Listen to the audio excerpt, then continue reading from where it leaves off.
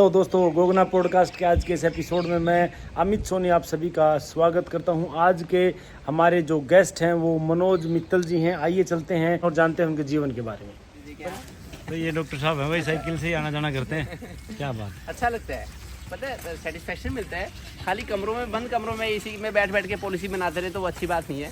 Public के बीच में, समाज के बीच में, नेचर के साथ आके अगर हम टाइम स्पेंड करते हैं तो ज़िंदगी का मकसद पूरा होता है कि भाई हाँ, भगवान ने हमें नेचर का लुत्फ उठाने के लिए बनाया है। क्या बात। हेलो दोस्तों, गोगना पॉडकास्ट के आज के इस शो में हम स्वागत करते हैं मनोज मित्तल जी का। ये जानी मानी हस्ती हैं, ये परिचय के मोहताज नहीं है। तो आज हमारे बीच हैं मनोज मित्तल जी। तो नमस्कार सर, स्वागत है आपका हमारे शो में। Thank you. तो सर सबसे पहले तो हम चाहते हैं कि हमारे दर्शक जानना चाहते हैं कि आपका मतलब ये जो यूट्यूब का जो सिलसिला स्टार्ट हुआ, कब से हुआ, कैसे हुआ? देखिए, मैं तो डॉक्टर हूँ पेशे से, चाइल्ड स्पेशलिस्ट हूँ। मेरा बेटा भी चाइल्ड स्पेशलिस्ट है। तो जब लॉकडाउन हुआ तो लॉकडाउन के टाइम में पेशेंट्स बड़े कम थे, तो मेरे पास टाइम था। तो मैंने कुछ लाइफस्टाइल की वीडियो पोस्ट करी। तो जब मैंने लाइफस्टाइल की वीडियो पोस्ट करी, मैं मच्छरदानी में सोता हूँ पिछले 20 सालों से। जितनी मर्जी गर्मी हो, मैं कभी पंखा, कूलर, एसी कुछ नहीं चलाता। तो मैंने डाली वीडियो दुनिया का सबसे अच्छा बेडरूम। जब वो डाली तो 55 लाख लोगों ने देखी डालती। फिर मैं जैसे अपनी मेरी दीदी पानीपत रहती हैं, तो रक्षाबंधन पे या फिर भैया दूज पे मैं साइकिल से जाता हूँ पानीपत। तो जब मैंने वो वीडियो डाली तो वो भी 22 लाख लोगों ने देखी। तो इसी तरह की नेचुरल जो मैं खान पान की थाली मेरी होती है, तो बड़ा सात्विक खाना होता है मेरा। मैं 2 ही टाइम खाना खाता हूँ। पिछले 26-27 सालों से, जब से मेरी शादी हुई है, मैं 2 टाइम खाना खाता हूँ। तो जो खाना है, मैंने जब खाने की वीडियोस डाली तो वो भी मिलियंस में गई। तो उससे फिर मुझे लगा कि भाई अगर पब्लिक अप्रिशिएट कर रही है, शेयर कर रही है, तो मैंने सारे सेशन यूट्यूब पे, इंस्टा पे, फेसबुक पे शुरू कर दिए। तो मेरी लगभग कई हज़ार वीडियोज़ है, हर सब्जी के बारे में, हर फल के बारे में, हर त्यौहार फेस्टिवल के बारे में भी, और हर बीमारी के बारे में। कोई दुनिया की ऐसी बीमारी नहीं है जिसके बारे में मेरी वीडियो ना हो। 300 से ज़्यादा मेरी वीडियो मिलियंस में गई। तो 5-5 करोड़ लोगों ने एक वीडियो देखी है, तो मुझे बड़ा अच्छा लगा। लोग बीड़ी शराब पीते हैं, सिगरेट पीते हैं, तो लोग ऑब्जेक्शन नहीं करते। डॉक्टर शराब पीते हैं, डॉक्टर बीड़ी पीते हैं, लोग कहते हैं कुछ नहीं होता। लेकिन गोमूत्र, जिसको कि वेदों में, शास्त्रों में, जो गीता प्रेस गोरखपुर की कल्याण अंकी की पुस्तकें हैं, उनमें तो एक ग्रंथ लिखा हुआ है पंचगव्य के ऊपर। गाय का दूध, गाय का घी, गाय का गोबर, गाय का जो मूत्र है, ये अमृत के समान है। गाय को हम एक जानवर नहीं कह सकते, गाय हमारी माँ के समान है। ऐसा भारतीय शास्त्रों में आया है। अगर एक MBBS MD डॉक्टर या एक IAS या एक इंजीनियर पढ़ लिख के अगर वो थोड़ा सा समाज में आगे निकल गया है, तो उसका ये मतलब नहीं कि भारतीय संस्कृति को छोड़ दे। भारतीय संस्कृति के साथ हम चलेंगे तो हम कभी पीछे नहीं रहेंगे। अगर हम विदेशी संस्कृति को फॉलो करेंगे, इतिहास गवाह है कि भारत के एक महान योगी ने चाहे अमेरिका की धरती में जाके भारत की संस्कृति का डंका बजाया हो, लेकिन जब उन्होंने बीड़ी सिगरेट पी, जब उन्होंने मछलियाँ खाई, तो उस समय से पहले हमें छोड़ के चले गए। आज अगर वो हमारे बीच में होते, अगर उनका माइंडसेट ठीक होता, अगर उनका खान पान ठीक होता, तो आज भारत का नक्शा कुछ और ही होता। तो हम चाहे खिलाड़ी बने, चाहे हम डॉक्टर बने, जज बने, पुलिस बने, इंजीनियर बने, अपने खान पान रहन सहन का हमें जरूर ध्यान रखना होगा। डॉक्टर बन गया, बड़ा अच्छा डॉक्टर बन गया, और उसने किसी का किडनी चुरा लिया, क्या फ़ायदा होगा ऐसे पढ़ाई का?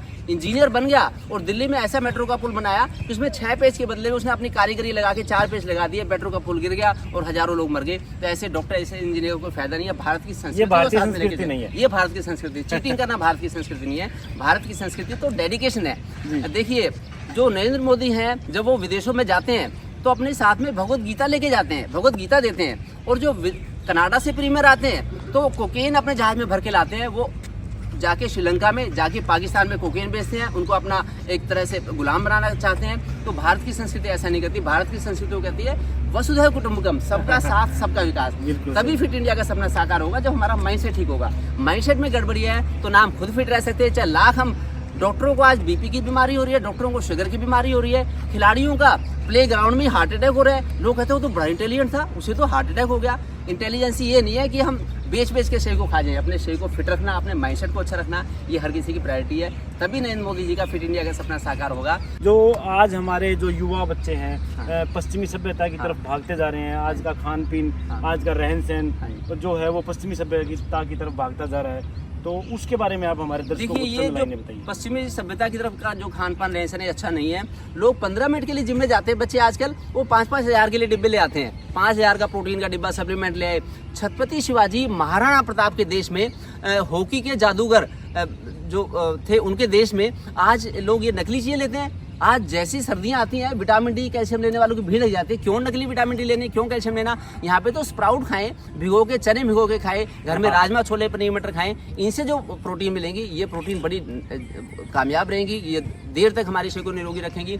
जहाँ हमने जेनेटिकली मॉडिफाइड फूड लिया, जहाँ हमने प्रोसेस फूड लिया, प्रोसेस फूड में तो सारा उसके जीन डिस्टर्ब हो जाते हैं। ऑस्ट्रेलिया की यूनिवर्सिटी में एक ऐसी रिसर्च हुई है कि अगर हम प्रोसेस फूड खाते हैं तो उससे हमारे जीन डिस्टर्ब हो जाते हैं और हमारे फिर आगे आने वाली जनरेशन के भी जीन खराब हो जाते हैं। उस प्रोसेस फूड से सारा माइंडसेट इतना खराब हो जाता है कि विदेशों में 90% तक लोग डाइवर्स रेट है। ऐसे ऐसे कंट्री हैं जहाँ पे 90% जो शादियां हैं वो डाइवोर्स में कन्वर्ट हो जाती हैं। और भारत में तो ये है कि भाई एक नारी हमारी एक पत्नी होनी चाहिए, दूसरी तरफ हम देख भी नहीं सकते, बाकी सबको हम बहन मानते हैं। आजकल तो डॉक्टर साहब भारत में बहुत ज्यादा डिवोर्स ये वही हो रहा है, जबकि विदेशी संस्कृति फॉलो करें। जो आज भी अपनी संस्कृति पे कायम है, चाहे वो बॉलीवुड के वो हो स्टार हो, चाहे वो खिलाड़ी हो। जब नीरज चोपड़ा जैसे खिलाड़ी जिस देश में है, उस देश में भारतीय संस्कृति हमेशा जिंदा रहेगी और वो पूरी दुनिया के लिए आइकॉन है कि ऐसे ऐसे लोग आज हमारे बीच में हैं। तो मैं चाहता हूं कि भारतीय संस्कृति को फॉलो करें।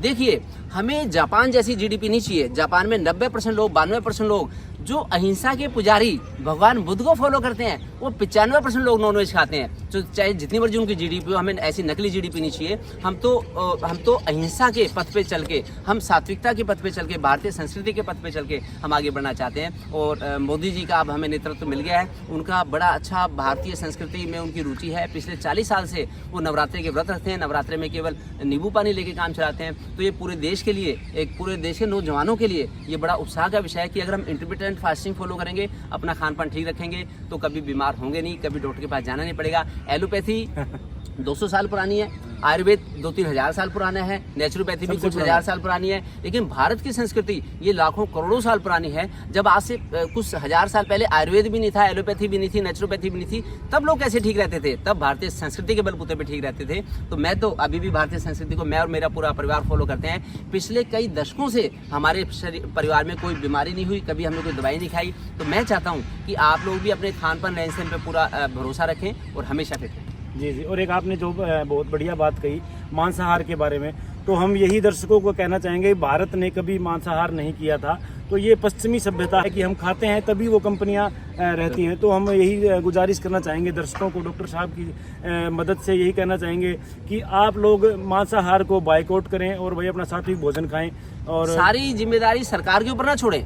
जब हम खुद जागरूक होंगे तब पूरा देश ठीक होगा, पूरे देश की जो जीडीपी है वो इम्प्रूव होगी। हमें खुद भी जिम्मेदारी लेनी पड़ेगी, खुद अपना फायदा अपना नुकसान खुद सोचना पड़ेगा। अगर रात को 12-12, 1-1, 2-2 बजे तक जगते रहेंगे, सुबह 8-8 बजे सो के उठेंगे, फिर तो घटिया ही माइंड सेट होगा, फिर उल्टी चीज़ें पसंद आती हैं। तो इसलिए अच्छा खान पान, अच्छी जीवन शैली अपनाएं। जो सुबह ब्रह्म मुहूर्त में उठ के स्टेडियम में आ गया, यहाँ पे जिसने आगे सुबह 4 बजे चक्कर लगा लिए, वो नहीं उल्टे काम कर सकता, वो तो हमेशा अच्छे ही काम करेगा। इसलिए अच्छे काम भी करें, अच्छा भोजन भी लें, जिससे कि हमारा माइंड सेट अच्छा। जी जी, थैंक यू सर, बड़ा अच्छा लगा आपसे मिलके और बहुत बहुत धन्यवाद, आपने हमें समय दिया, बड़ा अच्छा। Thank you sir. सभी दर्शकों को भाई जय हिंद, जय भारत, जय हरियाणा। और भाई डॉक्टर साहब को फॉलो करना, हमारे चैनल को भी सब्सक्राइब करना, बने रहो, अपना ख्याल रखो।